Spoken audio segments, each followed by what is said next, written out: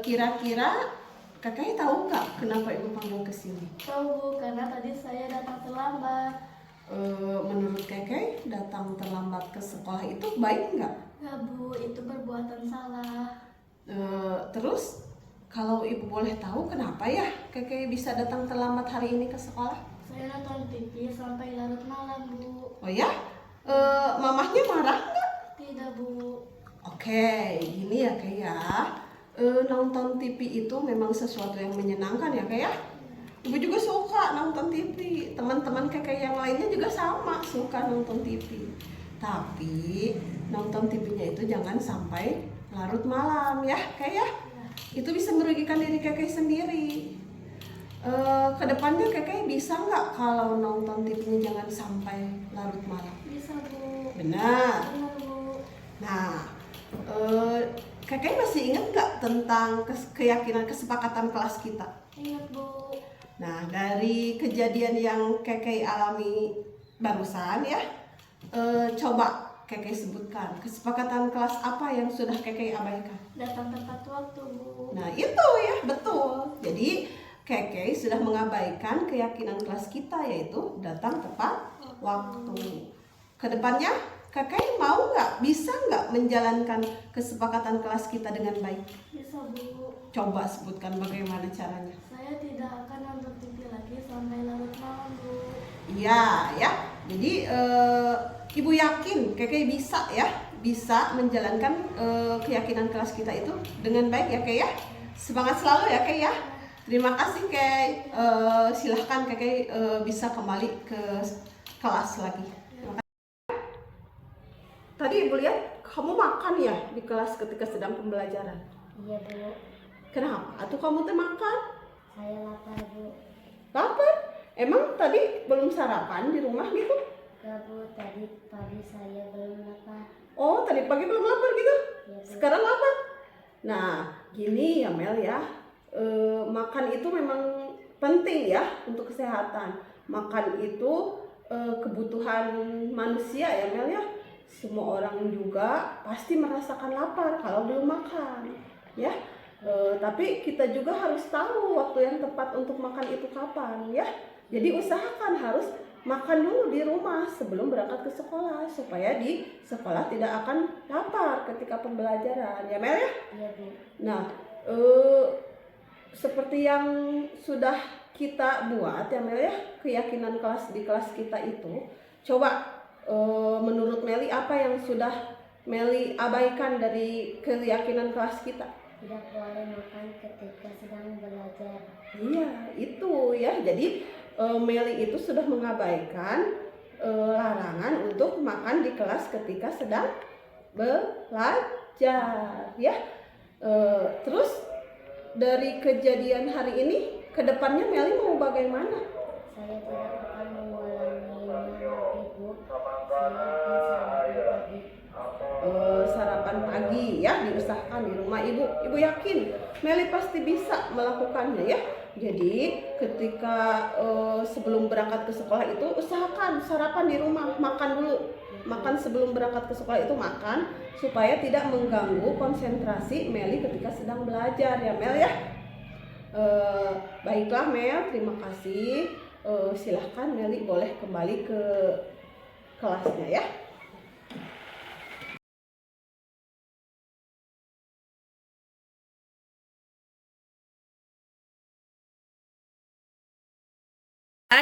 Iya. Bismillahirrahmanirrahim. Assalamualaikum warahmatullahi wabarakatuh. Waalaikumsalam warahmatullahi wabarakatuh. Alhamdulillahirabbil alamin. Puji syukur kita panjatkan kepada Allah Subhanahu wa taala yang mana pada kesempatan malam ini kita bisa berkumpul alhamdulillah bersama Bapak Ibu guru hebat di sini semuanya. Sehat-sehat ya semuanya? Alhamdulillah sehat. Sholawat serta salam kita curah limpahkan kepada Nabi Muhammad SAW dan pada para keluarganya, sahabatnya, mudah-mudahan sampai kepada kita selaku umatnya. Amin ya Allah ya Rabbal Alamin. Amin. Baik Bapak Ibu guru hebat, Sebelumnya kami ucapkan terima kasih atas kehadirannya pada malam hari ini. Dan marilah kita awali acara pada malam hari ini dengan pembacaan basmalah bersama-sama. Bismillahirrahmanirrahim. Bismillahirrahmanirrahim.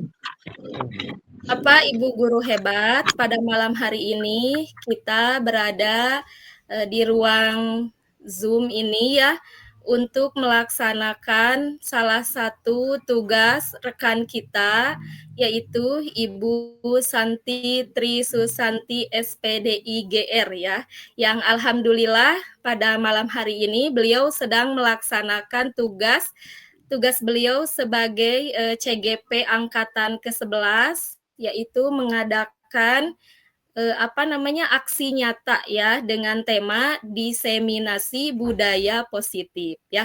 Untuk itu marilah kita simak bersama apa yang akan dipaparkan oleh beliau.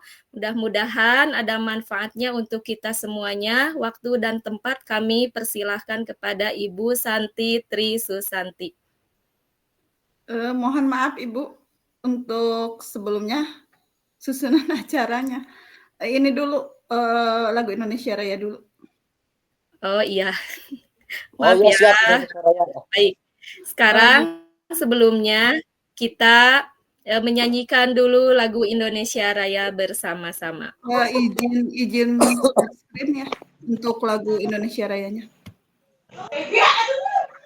Indonesia. Nanti dulu Bapak Fikri. Oh, belum.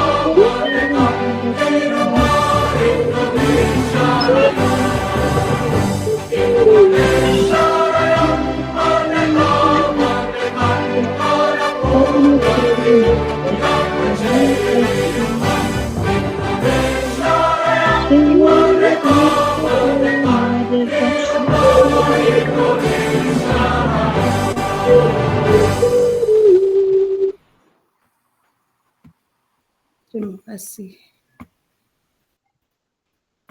Terima kasih semuanya. Untuk selanjutnya kita langsung saja kepada acara pemberian materi yang akan disampaikan oleh Ibu Santi Tri Susanti.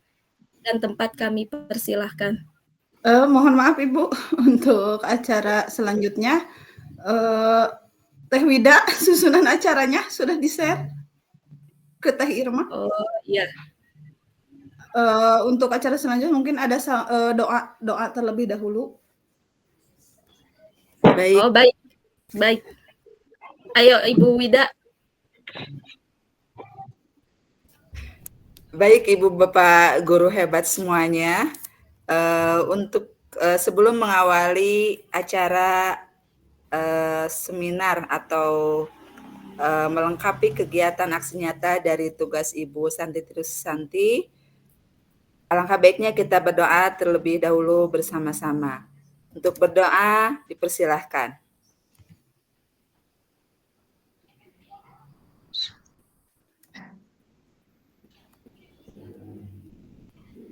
Berdoa selesai. Terima kasih. Semoga acara ini diberi kelancaran, sehat semuanya, dan diberikan amalan yang terindah pada malam hari ini. Terima Amin. kasih. Amin. Silakan untuk dilanjutkan kembali. Sambutan dari UKS. Mangga lajengkeun. Baik, untuk selanjutnya, acara selanjutnya adalah sambutan dari Ibu Kepala Sekolah yang berada di SD-nya Ibu Santi, SD Dungusiku ya? SD 3 Dungusiku ya. SDN 3 Dungusiku. Untuk Ibu Kepala Sekolah, waktu dan tempat kami persilahkan. Terima kasih kepada Ibu Moderator yang telah memberi kesempatan kepada saya. Assalamualaikum warahmatullahi wabarakatuh. Waalaikumsalam. Robi Sohri Sobri wa Yasirli Amri wahlul uqdatam min lisani yafqahu qawli. Bapak Ibu guru peserta desiminasi yang saya hormati, pada kesempatan ini saya mengucapkan terima kasih kepada Ibu Santi Trisusanti yang sudah menyelenggarakan desiminasi budaya positif ini dengan penuh semangat ya Bu ya. Mudah-mudahan Ibu Santi dapat menyelesaikan program guru penggerak angkatan 11 ini dengan dengan sukses, lancar segala-galanya ya Ibu. Kemudian terkait budaya positif sangat penting untuk diimplementasikan di sekolah, karena dengan penerapan budaya positif di sekolah akan menumbuhkan nilai-nilai nilai-nilai keseharian yang akan dijadikan rekam jejak dalam kehidupan anak kita di sekolah, khususnya di sekolah kita, sekolah dasar ya, untuk menjadi pengalaman tersendiri untuk anak kita, anak didik kita untuk menerapkannya di kelas khususnya dan di lingkungan sekolah SDN Dungusiku 3. Mudah-mudahan melalui kegiatan desiminasi ini, Ibu Santi juga dapat menerapkan atau kepada rekan-rekannya bagaimana atau apa yang disebut dengan budaya positif tersebut, menyebarkan pemahaman tentang budaya positif terhadap rekan-rekan yang ada khususnya di SDN Lewigoong 3, umumnya di Kecamatan Lewigoong. Mungkin sambutan dari saya dicukupkan sekian. Wassalamualaikum warahmatullahi wabarakatuh. Waalaikumsalam warahmatullahi wabarakatuh. Terima kasih kepada Ibu Kepala Sekolah SDN 3 Dungusiku yang telah memberikan sambutannya. Untuk selanjutnya,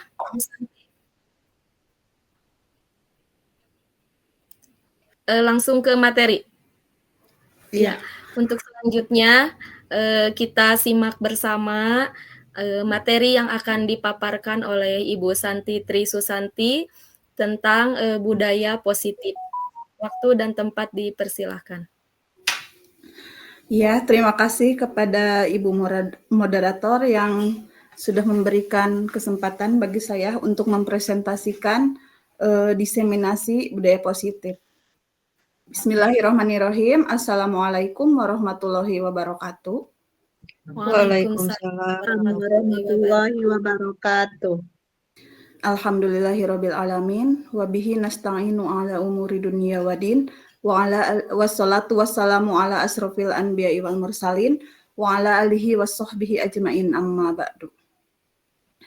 Sebelumnya saya ucapkan terima kasih terlebih dahulu kepada Ibu Bapak guru hebat karena sudah mau meluangkan waktunya di sela-sela weekend-nya ya Bapak Ibu. Terima kasih sudah mau mengikuti kegiatan saya yaitu diseminasi budaya positif sebagai wujud dari aksi nyata modul 14.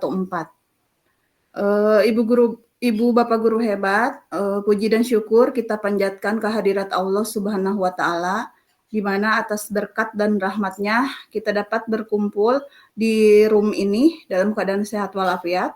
Tak lupa salawat beserta salam kita limpah curahkan kepada junjungan kita Habibana wa Nabiyana Muhammad Sallallahu Alaihi Wasallam, kepada keluarganya, para sahabatnya, tabi'innya, dan sampai kepada kita umatnya, yang mudah-mudahan mendapatkan syafaatnya di yaumul akhir kelak. Baiklah Ibu Bapak, langsung saja izinkan saya untuk share screen ya. Tapi Ibu Bapak sebentar ya, untuk menguatkan konsentrasi kita, ada sedikit ice breaking dari saya ya Ibu Bapak. Iya, siap. Mangga silakan Ibu biar Siap, semangat Mangga. mendengarkannya. Tolong diperhatikan ya Ibu Bapak. Iya, siap. Mangga. Ini clue-nya itu jumlah suku kata, jumlah kata ya. Clue-nya itu jumlah kata Bapak Ibu. Ya, siap. Kalau ini sapi ya, ini sapi. Yang ini kambing. Kalau yang ini kerbau. Sekali lagi ya. Ini sapi, yang ini kambing. Kalau yang ini kerbau. Saya mulai bertanya ya Bapak Ibu, boleh? Iya, siap. Yes. Ini, Sapi nah, yang ini tika tinggal di jarina. Kita tinggal, kita ceruk mata, Bu. kambing. Yang ini, Kambing, kerbau, Kambing. kalau yang ini, Kerbau. kalau yang ini, Sapi. sapi, bukan. Kerbau. Ingat, Jempol. tadi kan clue-nya jumlah kata. Kalau yang ini, 3, ya apa? Sapi. Yang ini sapi. ya, Sapi. Ini sapi. iya, Yang ini kambing. Kalau Kambing. yang ini kerbau. Oh. Kalau yang ini apa? Jempol. Kerbau. kerbau, Beda. Kalau yang ini jempol. Ya, bagus lah. Yang ini apa Pak Fikri? Yang ini Yang ini, jari. yang ini apa? Bu, aku pandai bener Bu ya, Bu. No pertama bagian ibu-ibu sanes. kambing, Jadi gini, Ya kambing. kalau ini kan jangan terpaku ke jari saya Ibu Bapak. Jadi terpaku ke jumlah kata yang saya ucapkan. Kan tadi ini sapi, yang ini kerbau. Kalau yang ini kambing, sapi, yang ini kambing. Kalau yang ini kerbau. Jadi kalau saya menunjukkan jari tangannya, jangan terfokus pada jari tangan. Lihat kata apa. Ya. Sekali lagi. Nah. Siap, ibu-ibu, bapak-bapak, Siap. Yang ini Kerbau. kerbau, kambing, betul. Nah, kalau yang ini Kerbau. kerbau. Tepuk tangan dulu buat semuanya. Terima kasih. Iya, sama-sama lah, Bu. sama-sama. Kita langsung saja ya dilanjut. ke materi. Izinkan saya untuk share screen.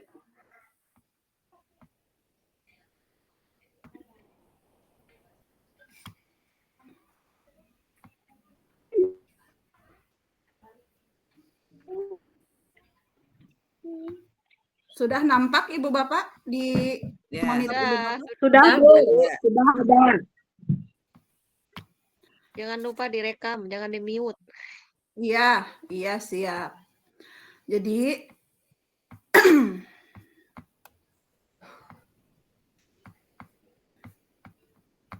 nah, Bapak Ibu hebat semuanya di sini saya bermaksud untuk mendiseminasikan budaya positif yang artinya penyebaran pemahaman kepada rekan sejawat, khususnya di SDN 3 Dungusiku, umumnya di Kecamatan Lewigoong, Kabupaten Garut, sebagai wujud dari aksi nyata Modul 14 Pendidikan Guru Penggerak Angkatan 11 Kabupaten Garut.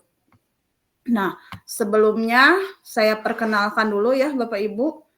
Ini di sini ada saya sendiri sebagai calon guru penggerak, Santi Trisusanti, difasilitatori oleh Bapak yang hebat, Bapak Iman dari Tasikmalaya, dan yang ini Ibu pengajar praktik saya, Ibu Siti Ahadiah dari SMPN 2 Lewigoong. Adapun tujuan dari diseminasi ini yang pertama untuk memenuhi tugas aksi nyata modul 14, yang kedua penyebaran pemahaman budaya positif kepada seluruh warga sekolah SDN 3 Dungusiku maupun kepada guru-guru dari Kecamatan Lewigoong, dan yang ketiga mengajak warga sekolah untuk bersama-sama menerapkan budaya positif ya Bapak Ibu. Lanjut. Nah, sekarang saya bertanya dulu kepada Bapak Ibu, menurut Bapak Ibu, apa yang terbersit di pikiran Bapak Ibu tentang budaya positif? Silahkan, Raisa. Kebiasaan baik. Gimana Ibu Wida? Kebiasaan baik. Kebiasaan baik, iya. Apalagi? Perilaku sama. Silahkan Ibu Siti Nurayi, sudah raise hand.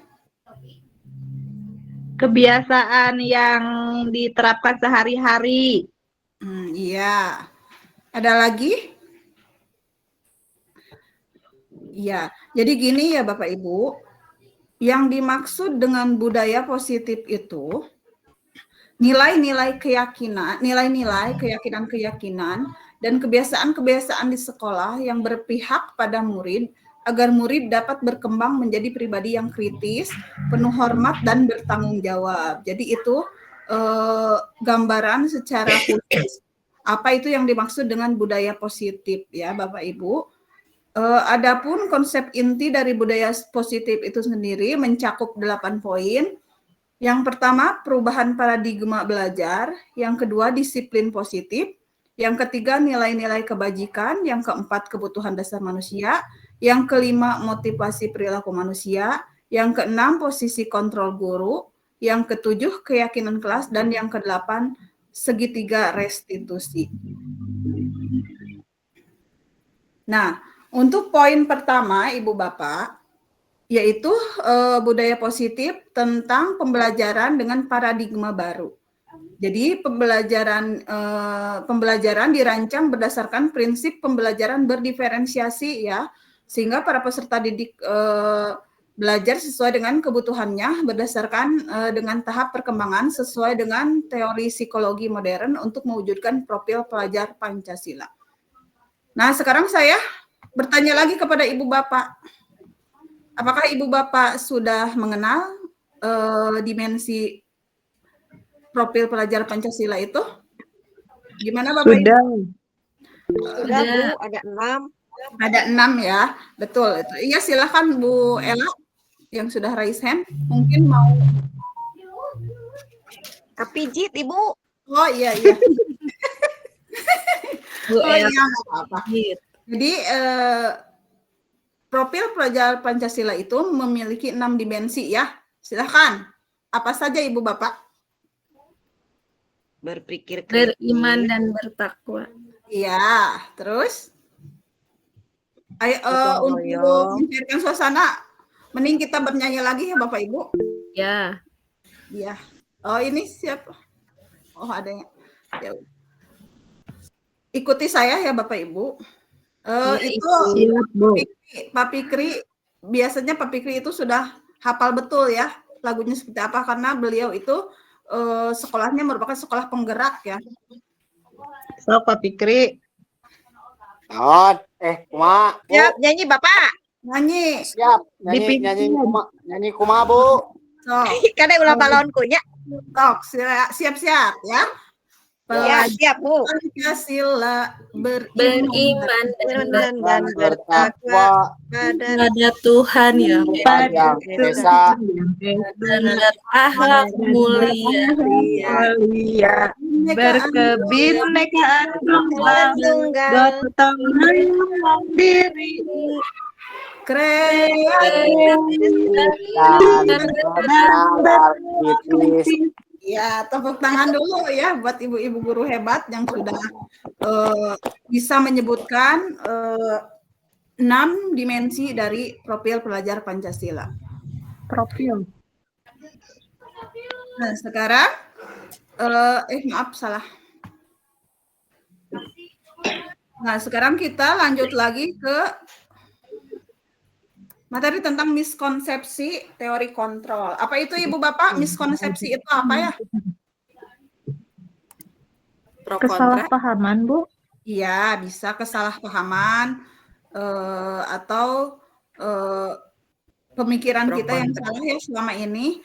Jadi ada 4 ya miskonsepsi tentang teori kontrol itu ada 4. Yang pertama, kita merasa ilusi kita itu guru itu sebagai seorang pengontrol murid, ilusi guru mengontrol murid. Jadi kita itu tidak bisa ya Ibu Bapak memaksakan murid untuk berbuat sesuatu jika murid tersebut memilih untuk tidak melakukannya. Jadi tidak ada paksaan ya untuk murid tersebut, sehingga kita harus mengacu pada filosofi KHD tentang pembelajaran yang berpihak pada murid ya. Jadi kita tidak bisa memaksakan suatu kehendak kita kepada murid jika murid itu tidak mau melakukannya ya Bapak Ibu. Yang kedua, miskonsepsi tentang teori kontrol yang kedua yaitu ilusi bahwa kritikan membuat orang merasa bersalah dapat menguatkan karakter. Itu kan pemahaman kita yang dulu-dulu ya. Padahal itu salah. Jadi ilusi bahwa kritikan dapat membuat seorang merasa bersalah itu sesuatu yang salah ya. Jadi itu menggunakan hal tersebut itu bisa menuju kepada identitas gagal ya. Selanjutnya, ilusi bahwa semua penguatan positif, efektif, dan bermanfaat. Nah, penguatan positif itu bentuk-bentuk kontrol dalam jangka tertentu murid menyadari dan mencoba menolak. Bisa jadi murid merasa tergantung kepada pendapat guru. Dan yang keempat, ilusi bahwa orang dewasa itu memiliki hak untuk memaksa. Nah, perilaku memaksa itu tidak akan efektif ya untuk jangka waktu panjang dan sebuah hubungan permusuhan akan dibentuk. Itulah keempat miskonsepsi tentang teori kontrol ya. Keempat miskonsepsi yang tadinya ada di benak kita itu harus segera diluruskan ya Bapak Ibu. Dan adapun di sini perubahan paradigma stimulus respon ke pendekatan teori kontrol. Jadi kalau stimulus responnya itu realitas kebutuhan kita itu sama. Nah, padahal menurut teori kontrol itu realitas kebutuhan kita itu berbeda. Jelas ya berbeda karena Allah menciptakan manusia itu tidak sama dengan kebutuhan yang berbeda-beda ya Bapak Ibu. Yang kedua, semua orang melihat hal yang sama. Kalau di teori kontrol, setiap orang memiliki gambaran yang berbeda. Nah, di dalam teori kontrol ini yang lebih masuk ke logika. Jadi setiap orang itu pasti memiliki gambaran yang berbeda, ya. Tidak mungkin semua orang memiliki pandangan yang sama. Yang ketiga, kita mencoba mengubah orang agar berpandangan sama dengan kita. Kalau di teori kontrol, kita berusaha memahami pandangan orang lain tentang dunia. Yang keempat, perilaku buruk dilihat sebagai suatu kesalahan. Kalau di teori kontrol, semua perilaku memiliki tujuan. Selanjutnya, kalau di stimulus respon, orang lain bisa mengontrol saya. Nah, kalau di teori kontrol, hanya Anda yang bisa mengontrol diri Anda sendiri. Selanjutnya, di stimulus respon, saya bisa mengontrol orang lain. Nah, sesuai dengan tadi, bahwa hanya Anda yang bisa mengontrol diri Anda sendiri, jadi Anda juga tidak bisa mengontrol orang lain, hanya diri Anda sendiri yang bisa mengontrol ya. Stimulus respon yang selanjutnya, pemaksaan ada pada saat bujukan gagal. Kalau di teori kontrol, kolaborasi dan konsensus menciptakan pilihan-pilihan baru. Model berpikir menang atau kalah. Kalau di teori kontrol itu model berpikir menang, menang, menang ya. Itu untuk poin yang pertama tentang paradigma pembelajaran. Nah, sekarang budaya positif yang kedua adalah disiplin positif.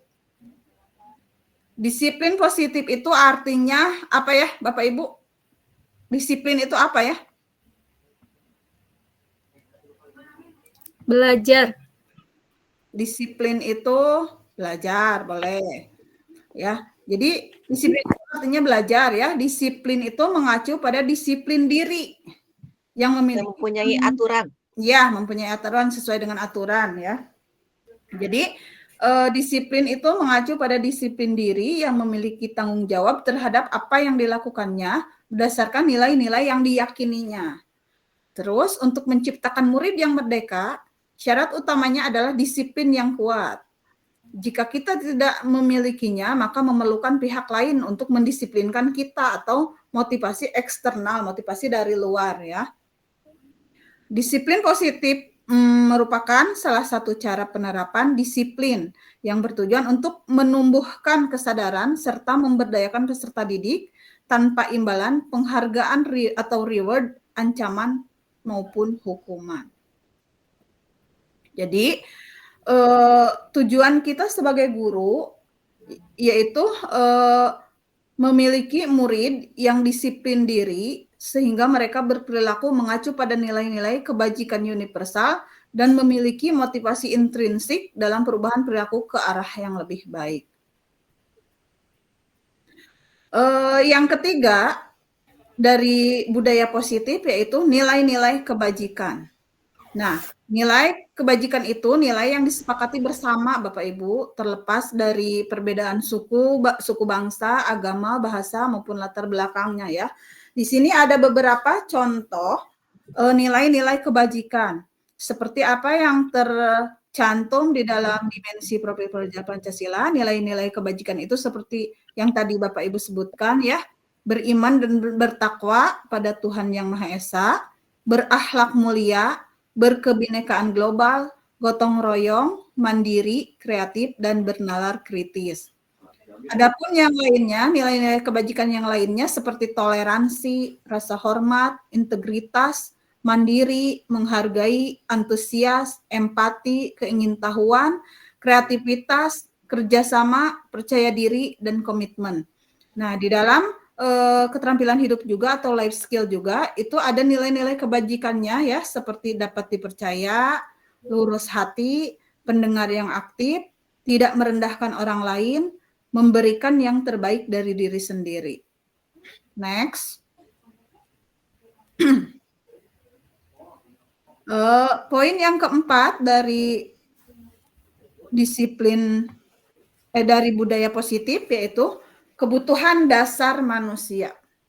Nah, segala sesuatu yang kita lakukan untuk mendapatkan apa yang kita inginkan, seluruh tindakan yang kita lakukan memiliki tujuan tertentu.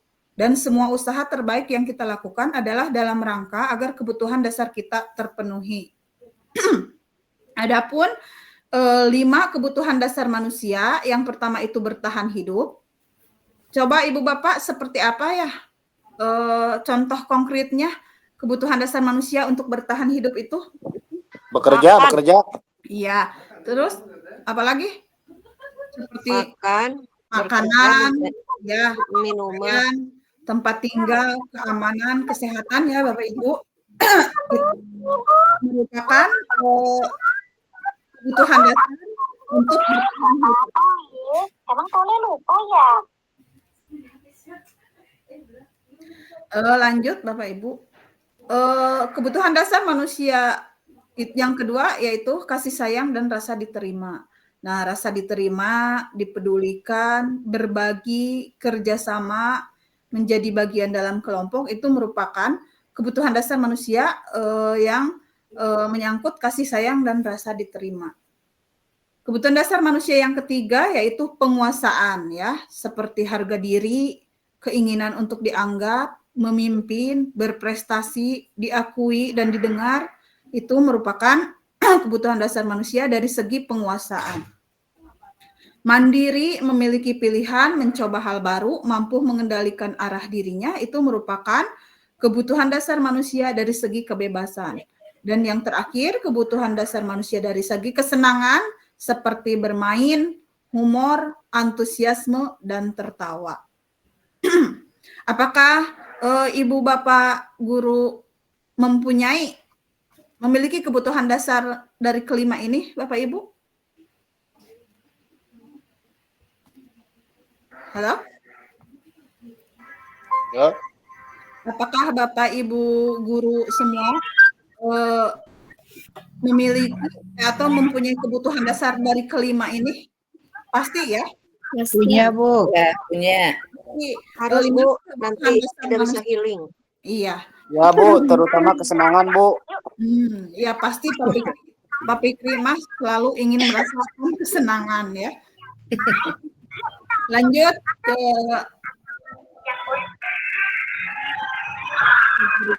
slide berikutnya.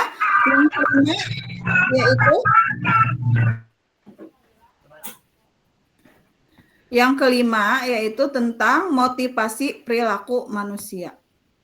Nah, untuk motivasi perilaku manusia itu ada motivasi ekstrinsik, ada motivasi intrinsik yang ada pada dirinya, dan ada motivasi ekstrinsik ya. Nah, untuk kedua motivasi ini diantaranya untuk apakah motivasi perilaku manusia ini untuk apa?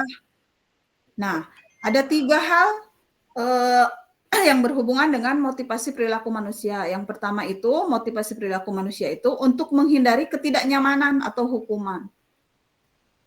Yang kedua, untuk mendapatkan imbalan atau penghargaan dari orang lain. Dan yang ketiga, untuk menjadi orang yang mereka inginkan dan menghargai diri sendiri dengan nilai-nilai yang mereka percaya. Misalkan, gini ya Bapak Ibu, misalkan kita datang tepat waktu ke sekolah, kan macam-macam ya motivasinya itu. Mungkin ada yang mau motivasi datang tepat waktu sekolah itu hanya untuk menghindari ketidaknyamanan atau hukuman karena terbentur aturan ya.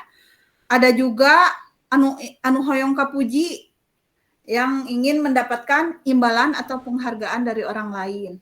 Dan yang ketiga itu mengapa kita datang ke sekolah tepat waktu itu hanya untuk memuaskan, misalkan hanya untuk memuaskan kepala sekolah saja ya, hanya ingin menyenangkan atau menghargai kepala sekolah saja. Nah ini ketiga sifat ini biasanya dimiliki oleh manusia sebagai motivasi perilakunya masing-masing. Nah sekarang saya tanya Bapak Ibu, menurut Bapak Ibu, apakah hukuman dan konsekuensi itu sama?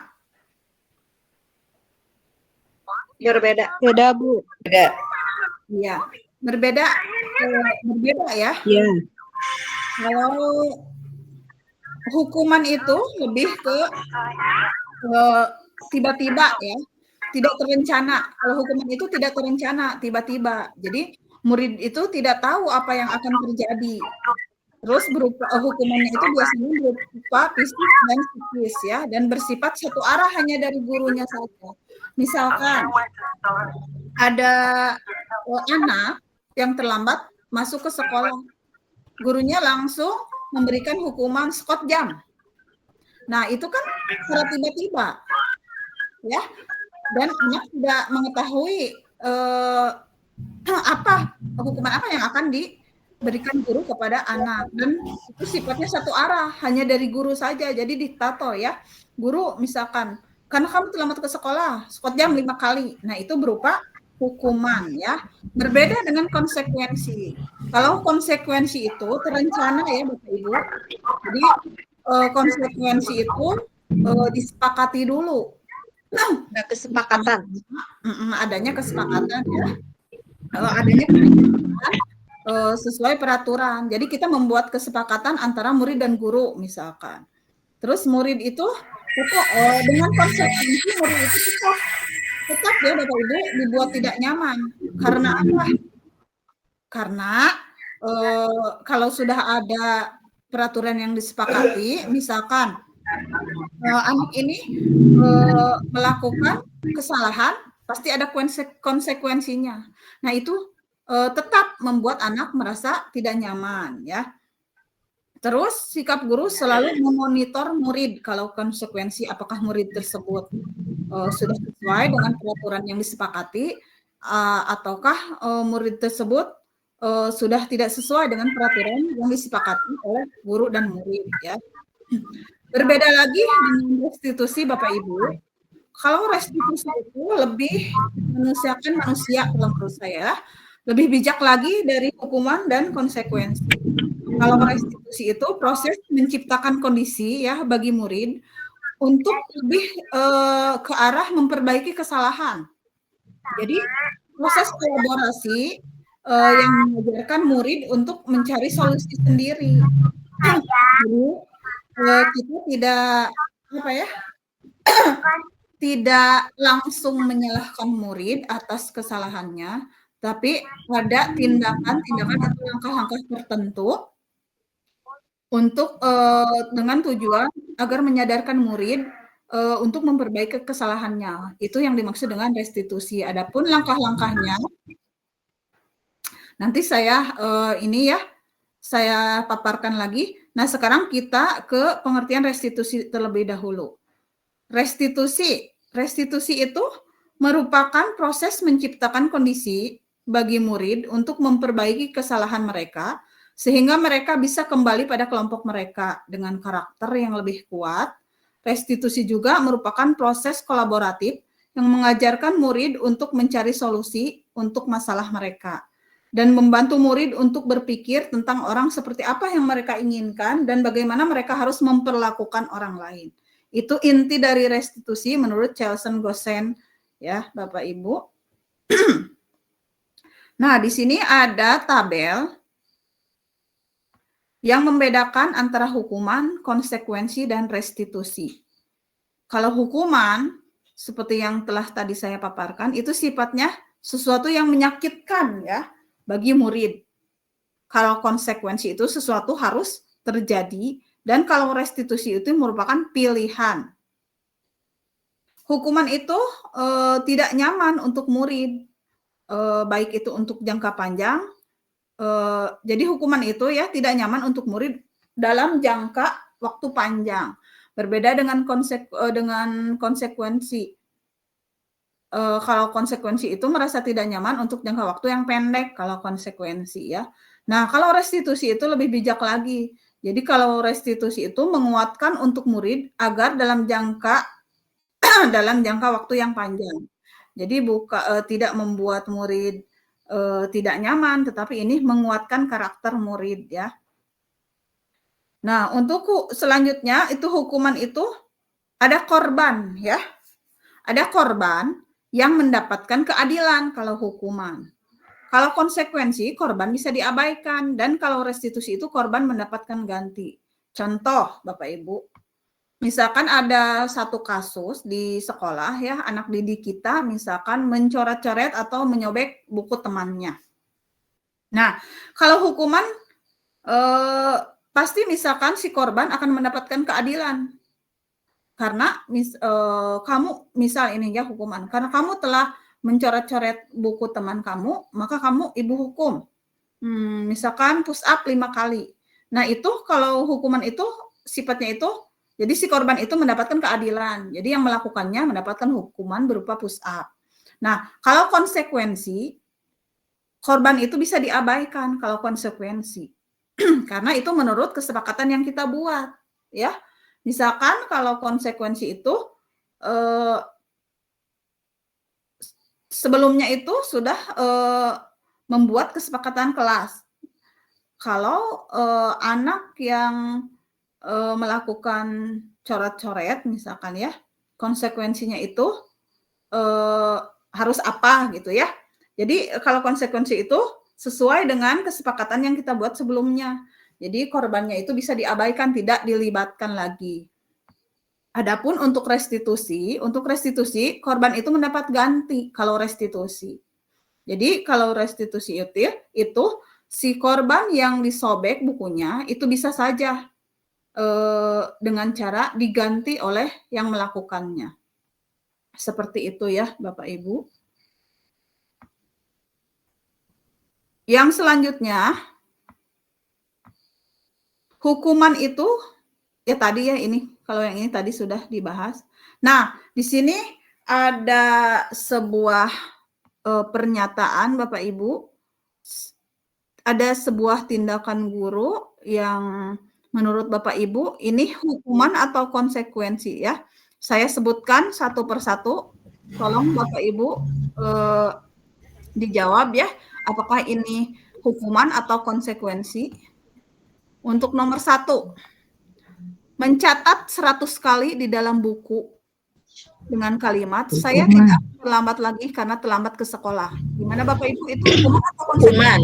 Hukuman. Ya. Lari mengelilingi lapangan basket 2 kali karena terlambat hadir di sekolah. Hukuman. Hukuman. Membersihkan coretan yang dibuatnya di meja tulis. Hukuman. Konsekuensi ya kalau itu. Membersihkan coretan yang dibuatnya di meja tulis itu lebih ke konsekuensi. Terus, murid diminta untuk push up 15 kali karena tidak menggunakan masker ke sekolah. Hukuman. Menggantikan kertas tugas teman yang telah dicoret-coret. Menggantikan konsekuensi, yaitu ada penggantian. Berjemur di lapangan basket pukul 12 siang karena mau ngobrol dengan teman. Hukuman. Ya, terima kasih Bapak Ibu atas atensinya untuk menjawab tentang tindakan guru, apakah itu masuk ke dalam hukuman atau konsekuensi. Nah, sekarang di sini Bapak Ibu ada sebuah kasus ya. Di sini saya bacakan ya. IPA kurang menguasai pelajaran matematika. Sehingga pada saat pelajaran itu berlangsung, dia lebih banyak berdiam diri atau menggambar di buku pelajarannya. Pada saat guru matematikanya, Pak Seno, menanyakan pertanyaan, IPA menjadi gugup dan tak sengaja menjatuhkan tasnya dari kursi, serta tiba-tiba menjadi gagap pada saat berupaya menjawab. Seluruh kelas pun tertawa melihat perilaku IPA yang bicara tergagap dan terkejut tersebut. Pak Seno pada saat itu membiarkan teman-teman IPA mentertawakan IPA yang tergagap dan malu luar biasa. Dan malahan meminta IPA untuk maju ke depan dan berdiri di depan kelas sambil menunjuk hidung karena tidak bisa menjawab pertanyaan Pak Seno. Kelas semakin gaduh dan anak-anak pun tertawa melihat IPA di depan kelas memegang ujung hidungnya. Nah, Bapak Ibu, dari kasus yang tadi saya bacakan, apakah Bapak Ibu setuju dengan tindakan Pak Seno terhadap IPA? Tidak.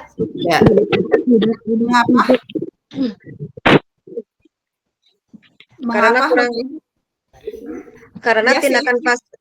Karena tindakan Pak Seno itu kurang adil. Kalau seandainya anak melakukan kesalahan seperti itu, kan setiap anak itu mempunyai kan sekarang di kurikulum mereka itu ada pembelajaran diferensiasi ya. Jadi Pak Seno itu harus tahu. Jadi anak itu mempunyai bakat dan minat apa. Terus kalau seandainya mempunyai kesalahan, Pak Seno itu jangan langsung menjudge anak tersebut, terus mengikuti anak tersebut untuk anak yang lain kan ikut menertawakan. Seharusnya Pak Seno itu memberhentikan tertawanya teman-temannya yang lain, bahwa itu bukan kesalahan beliau gitu. Panggillah anak tersebut, terus dikasih tahu bahwa seperti itu tidak boleh. Jangan di depan anak-anak temannya yang lainnya juga gitu. Seperti itu ya, terima kasih Bu Ella. Jawabannya betul sekali ya. Jawabannya betul sekali ya. Jadi tindakan Pak Seno itu salah ya, karena seharusnya dilakukan itu dengan sebuah restitusi ya. Kalau tadi saya bilang itu sebuah restitusi. Jadi jangan, kalau itu kan sifatnya menghukum ya, kalau seperti itu sifatnya menghukum. Mempermalukan teman-temannya itu merupakan hukuman ya, dan itu bukan konsekuensi. Karena hal seperti itu tidak terencana. Jadi secara tiba-tiba saja Pak Seno langsung menghukum IPA dengan suruh menunjuk hidung tanpa ada kesepakatan terlebih dahulu dengan IPA ya. Nah, di sini menurut Alfie Kohn, saat kita berulang kali menjanjikan hadiah kepada anak-anak agar berperilaku bertanggung jawab atau kepada seorang murid agar mempelajari sesuatu yang baru atau kepada seorang karyawan agar melakukan pekerjaan yang berkualitas, kita sedang berasumsi mereka tidak dapat melakukannya atau mereka tidak akan memilih untuk melakukannya. Nah, saya kembalikan kepada Bapak Ibu. Bagaimana menurut Bapak Ibu tentang penghargaan yang diberikan oleh guru kepada murid? Apakah baik atau tidak? Tidak baik. Tidak baik. Tidak baik ya. Karena alasannya apa Ibu? Tewid, sok Tewid. Alasannya apa Bu Ida? Kalau menurut saya, kalau seandainya setiap ada pembelajaran atau dikasih apa namanya itu? Dikasih sesuatu misalnya. Dikasih sesuatu berarti berpikiran bahwa setiap saya melakukan sesuatu pasti dikasih sesuatu. Dikasih hadiah. Jadi anak itu pasti berpikiran seperti itu selamanya. Jadi kalau menurut saya motivasinya itu bersifat sementara ya Bu Ella ya. Jadi dia termotivasi ketika dikasih saja, ketika dikasih saja, ketika jadi ketika iya, jadi ketika guru tidak memberikan reward, maka dia bisa saja motivasinya menjadi turun, iya malas ya. Lanjut. Nah, ini menurut Alfie Kohn juga, jadi penghargaan maupun hukuman adalah cara-cara mengontrol perilaku seseorang yang menghancurkan potensi pembelajaran yang sesungguhnya. Terus, tindakan belajar itu sendiri adalah penghargaan sesungguhnya. Jadi, menurut Alfie Kohn ini, saat kita melakukan tindakan belajar, itu sudah merupakan penghargaan yang sesungguhnya, bukan seperti diberi reward seperti dikasih permen ataupun apa itu ataupun tepukan tangan atau seperti apa ya. Jadi tindakan belajar itu sendiri adalah penghargaan yang sesungguhnya. Jadi tindakan memberi penghargaan itu sama saja nilainya dengan menghukum seseorang. Nah, di sini ada nilai-nilai seseorang ya. Penghargaan itu yang nilainya sama dengan menghukum seseorang. Jadi penghargaan itu bisa berpengaruh jangka pendek dan jangka panjang. Penghargaan itu tidak efektif sebenarnya ya. Dan penghargaan itu dapat merusak hubungan. Penghargaan mengurangi ketepatan. Penghargaan menurunkan kualitas. Ya, karena seperti tadi yang disebutkan. Jadi motivasi untuk meningkatkan kualitasnya itu hanya ketika diberikan reward ya.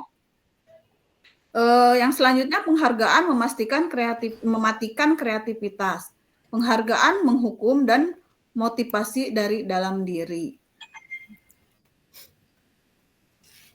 Nah, untuk yang keenam yaitu budaya positif yang keenam yaitu 5 posisi kontrol guru. Poin yang keenam itu. Nah, guru itu posisi kontrolnya itu bisa sebagai penghukum, bisa sebagai pembuat merasa bersalah, bisa sebagai teman, bisa sebagai pembantu, dan bisa juga menjadi seorang manajer. Nah, di sini saya paparkan satu-satu untuk 5 posisi kontrol. Kalau guru sebagai penghukum itu, jadi seorang penghukum itu bisa menggunakan hukuman fisik maupun verbal ya. Misalkan tadi, kalau misalkan ada yang berbuat salah, langsung diberikan hukuman berupa push up atau itu posisi guru sebagai penghukum. Kalau posisi guru sebagai pembuat rasa bersalah, misalkan nih, pada posisi ini biasanya guru akan bersuara lebih lembut ya. Membuat rasa bersalah akan menggunakan keheningan yang membuat orang lain merasa tidak nyaman, bersalah atau rendah diri. Jadi si anak yang melakukan kesalahan itu dibuat guru dengan suasana yang apa ya? Jadi si pembuat bersalah itu merasa dirinya bersalah dengan nasihat-nasihat yang diberikan oleh guru. Nah, kalau posisi guru sebagai teman, pastinya guru pada posisi ini tidak akan menyakiti murid, namun akan tetap berupaya mengontrol murid melalui persuasi. Posisi teman pada guru ini bisa negatif atau positif. Yang selanjutnya guru sebagai pemantau. Jadi guru memantau berarti itu mengawasi ya. Pada saat kita mengawasi, kita bertanggung jawab atas perilaku orang-orang yang kita awasi. Nah, posisi pemantau berdasarkan pada peraturan-peraturan dan konsekuensi. Dan yang terakhir itu posisi guru sebagai manajer. Nah, posisi di mana guru berbuat sesuatu bersama dengan murid. Jadi mempersilahkan murid mempertanggungjawabkan perilakunya, mendukung murid agar dapat menemukan solusi atas permasalahannya sendiri. Nah, menurut Bapak Ibu, dari kelima posisi kontrol ini yang lebih bijak itu yang mana? Guru sebagai apa? Manajer ya. Guru sebagai manajer. Nah, ini di sini ada contoh penerapan posisi kontrol guru. Dengan satu kasus, di mana kasus itu siswa tidak memakai atribut lengkap saat upacara bendera. Nah, kalau hukuman itu, kalau guru sebagai penghukum langsung, kamu harus lari mengelilingi lapangan 2 putaran karena kamu tidak memakai atribut upacara lengkap. Nah, itu sebagai penghukum. Kalau sebagai pembuat merasa bersalah, jadi guru itu lebih lembut lagi ya. Sudah berapa kali ibu beritahu, kenapa kamu selalu membuat kecewa ibu. Nah, itu kan membuat si pelakunya itu merasa bersalah.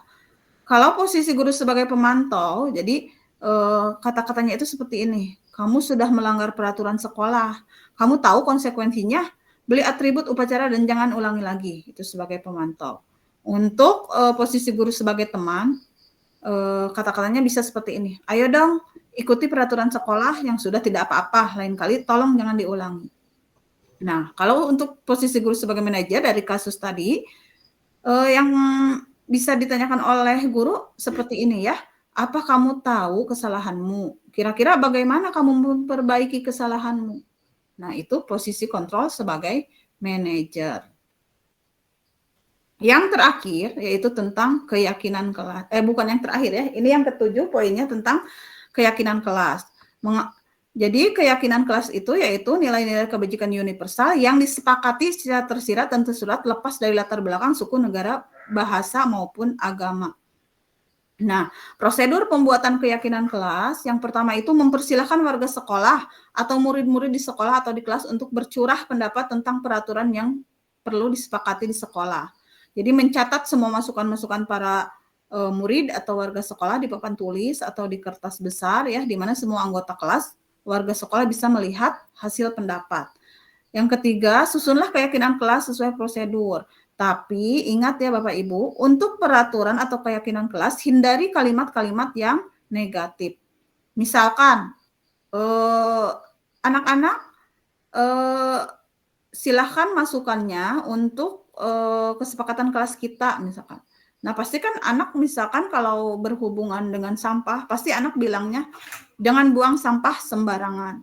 Nah, kita tampung dulu saja pendapat anak itu. Nah, nanti ketika penyusunan keyakinan kelas, kita memperbaikinya ya. Jadi jangan ada kata-kata negatif seperti jangan buang sampah sembarangan. Tetapi lebih tepatnya lagi menggunakan kalimat positif seperti buanglah sampah pada tempatnya. Jadi dalam kesepakatan kelas itu kita harus menghindari kalimat-kalimat yang negatif ya. Nah, contoh ini keyakinan kelas 1. Setiap anggota kelas perlu belajar, setiap anggota kelas perlu senang, setiap anggota kelas perlu melakukan tugas, setiap anggota kelas perlu merasa aman. Nah, yang terakhir ini segitiga restitusi. Jadi segitiga restitusi itu merupakan suatu dialog yang dilakukan oleh guru agar dapat menghasilkan murid yang mandiri dan bertanggung jawab. Adapun langkah-langkah dari segitiga restitusi itu yang pertama menstabilkan identitas. Jadi pertanyaannya seperti ini, membuat kesalahan suatu hal yang wajar, misalkan pernyataannya seperti itu ya. Manusia tidak ada yang sempurna. Kita bisa memperbaiki masalah ini. Saya tidak menanyakan masalahnya, tetapi fokus memperbaiki masalahnya. Apakah saat ini kamu tengah menjadi orang yang baik untuk dirimu sendiri? Nah, itu pertanyaan-pertanyaan atau pernyataan seputar menstabilkan identitas ya. Yang kedua itu validasi tindakan yang salah.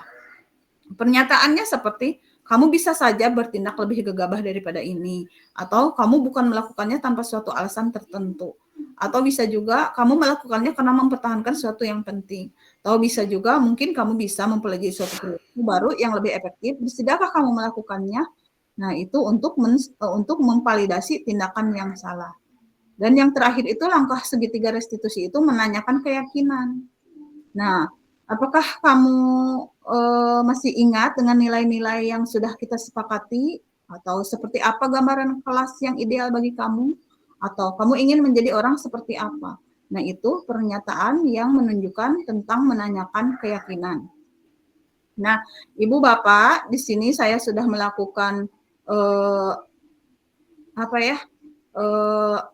aksi nyata juga ya, aksi nyata dalam segitiga restitusi. Nah, saya izin tutup dulu share screen yang ini. Dan saya akan men-share kegiatan saya ketika sedang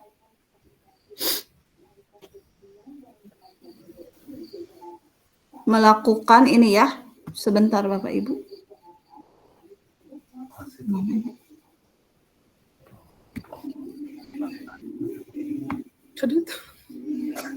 Nah, ini praktek ketika saya sedang melakukan segitiga restitusi kepada anak.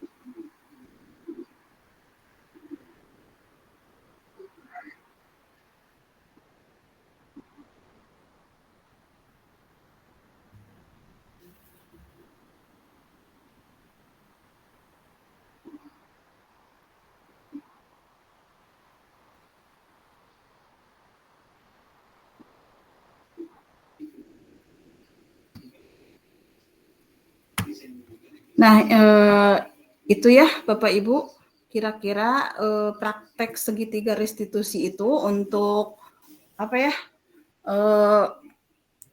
Untuk menyelesaikan permasalahan yang ada di anak. Nah, dari video tadi yang saya praktekkan itu kesalahannya itu tentang anak yang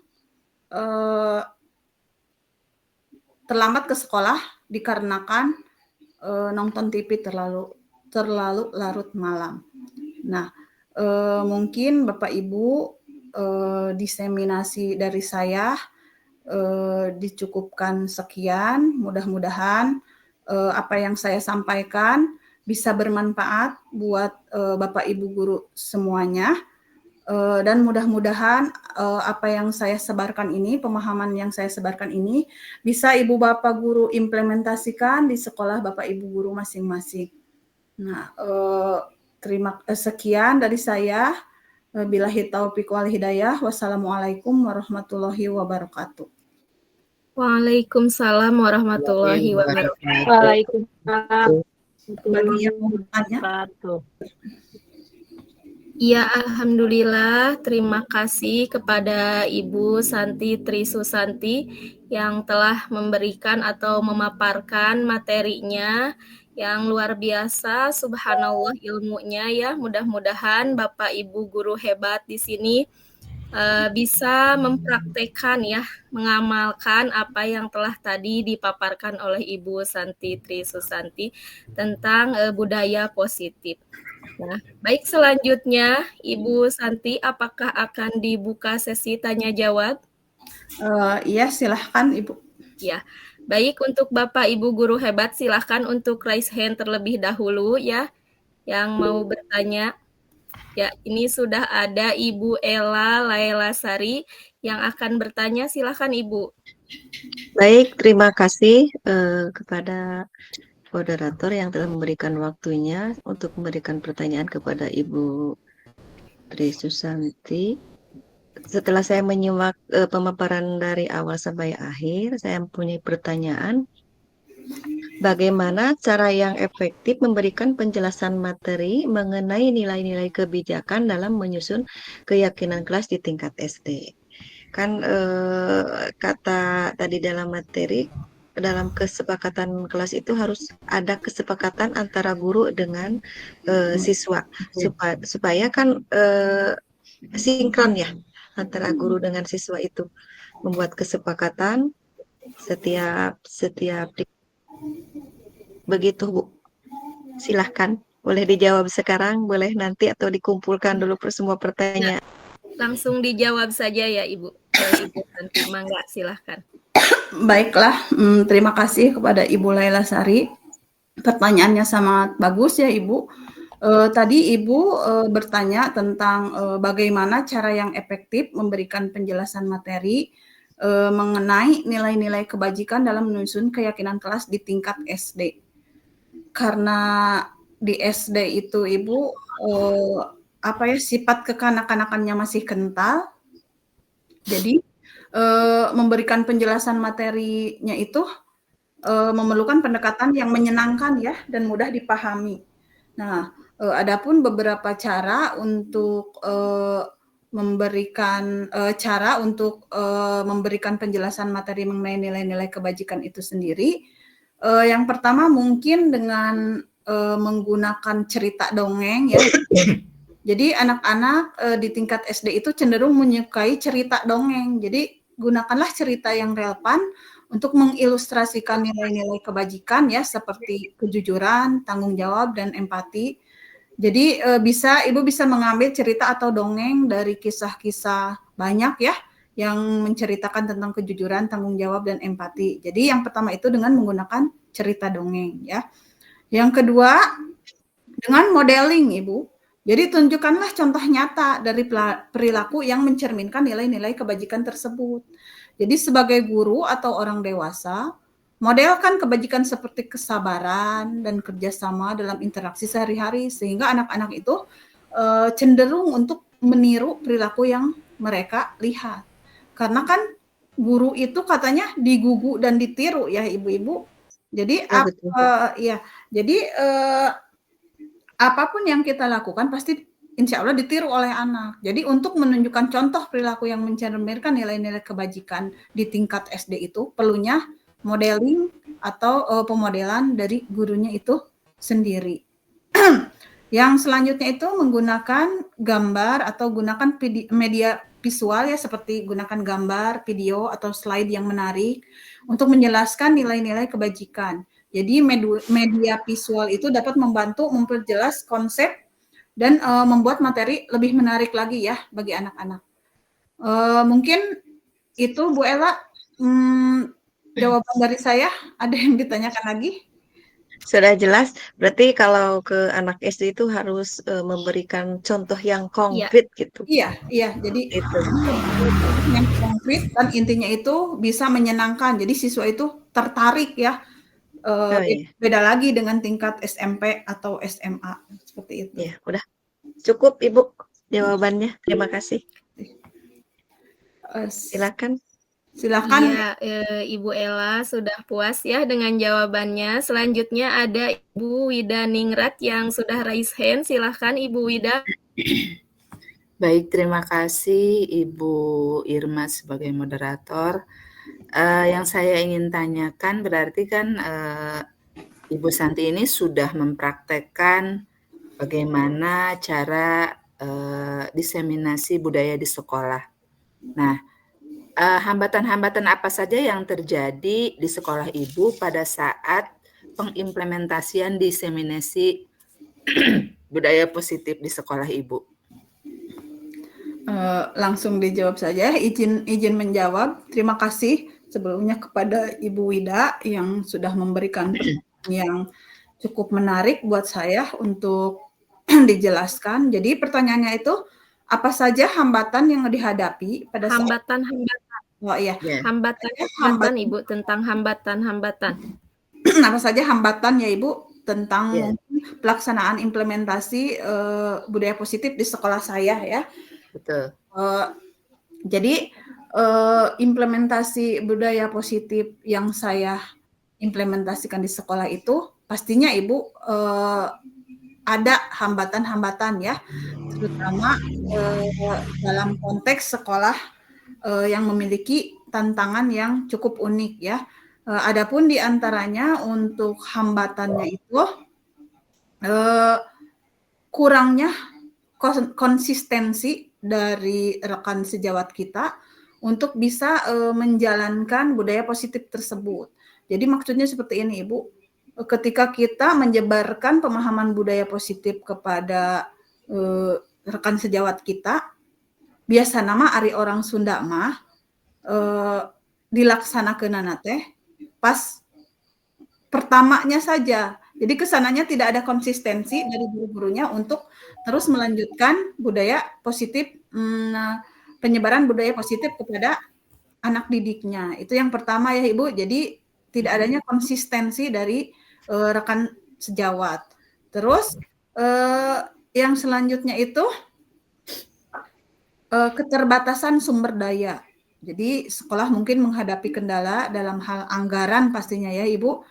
Kalau anggaran itu biasanya anggaran itu hal yang paling vital ya kalau untuk di sekolah. Jadi kendala dalam hal anggaran, waktu khususnya, dan sumber daya manusia yang terbatas untuk melaksanakan pelatihan ataupun program kegiatan yang diperlukan untuk mendukung budaya positif tersebut. Selanjutnya hambatannya dari keterlibatan orang tua siswa, di mana dari sebanyak murid yang ada di sekolah itu tidak semua orang siswa itu mau terlibat atau mau mendukung dalam upaya budaya positif ya. Maka dari ketidakikutan orang tua, sebagian orang tua ya tidak terlibat dalam mendukung upaya ini. Jadi implementasi yang saya lakukan di sekolah mungkin kurang efektif ya. Jadi partisipasi orang tua itu sangat penting dalam menciptakan lingkungan yang mendukung nilai-nilai positif di sekolah. Mungkin itu saja jawaban dari saya, Ibu Wida. Mudah-mudahan bisa puas dengan jawabannya. Baik, Ibu, terima kasih. Mungkin intinya lebih ke kolaborasi antara lingkungan sekolah, baik itu dari siswa, guru, maupun orang tua, untuk menciptakan konsistensi dan kemajuan dari sekolah tersebut. Mungkin seperti itu ya, Bu ya? Iya, betul Ibu. Jadi di dalam kita mengimplementasikan budaya positif di sekolah, tentunya kita kan perlu kolaborasi antara warga sekolah, baik itu dari pihak guru, kepala sekolah, siswa, ataupun orang tua murid ya, tanpa kalau misalkan salah satu dari yang tadi saya sebutkan tidak ikut berkolaborasi, mungkin hasilnya juga tidak akan efektif ya, seperti itu Ibu Ida. Baik Ibu, terima kasih Ibu. Ya, itulah jawaban untuk Ibu Widaningrat ya. Alhamdulillah sudah terjawab. Ada lagi mungkin yang mau bertanya di sini Bapak Ibu guru? Silahkan raise hand terlebih dahulu. Cukup mungkin itu. Cukup mungkin. Sudah cukup mungkin ya? Sudah cukup? Mau dibuka lagi sesi tanya jawabnya Ibu Santi atau sudah cukup saja? Karena mungkin waktunya sudah malam Ibu, takut mengganggu Ibu. Jadi ya baik, kalau begitu mungkin acara pada malam hari ini ya sudah selesai. Saya ucapkan terima kasih kepada Bapak Ibu guru hebat, Ibu Kepala Sekolah SDN 3 Dungusiku juga kami ucapkan terima kasih. Juga terutama kepada pemateri kita Ibu Santi Tri Susanti SPDI GR yang sedang melaksanakan CGP Angkatan ke-11. Alhamdulillah hari ini kita sudah belajar tentang budaya positif yang insya Allah kita semua harus bisa ya menerapkan di sekolah kita masing-masing. Amin. Tentunya seperti yang Ibu Santi tadi sudah bilang bahwa implementasi budaya positif di sekolah itu memerlukan kolaborasi ya antara warga sekolah, baik itu siswa, guru maupun orang tua siswa ya. Dan tentunya perlu adanya konsistensi ya supaya budaya positif tersebut berjalan efektif dan sesuai yang kita harapkan. Tentunya mungkin demi anak-anak didik kita tercinta supaya menjadi pribadi-pribadi yang lebih baik lagi ya. Itu mungkin alhamdulillah acara dari awal sampai akhir sudah selesai. Kita tutup saja dengan doa tutup majelis bersama. Subhanaka Allahumma wa bihamdika asyhadu alla ilaha illa anta astagfiruka wa atubu ilaik. Wassalamualaikum warahmatullahi wabarakatuh. Waalaikumsalam warahmatullahi wabarakatuh.